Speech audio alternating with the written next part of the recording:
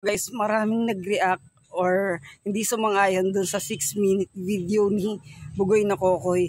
Kasi ito yung baka daw mga 6 minutes niya lang kalungin kung magkakaroon siya ng anak. Okay?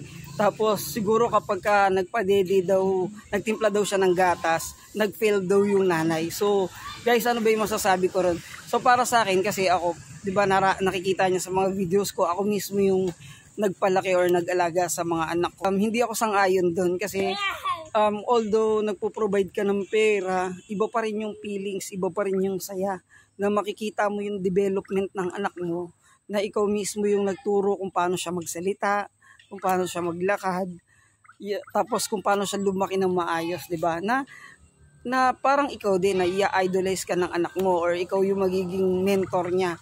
So yun yung pinakamahalaga doon kasi hindi naman all the time puro pera, security, 'di ba, para sa pamilya. Kailangan mo rin ng oras, 'di ba? Hindi lang yung oras mo para doon sa nanay, 'di ba? Kailangan mas marami pa yung oras mo sa anak mo kasi sila yung papalit sa iyo, sila yung next generation mo.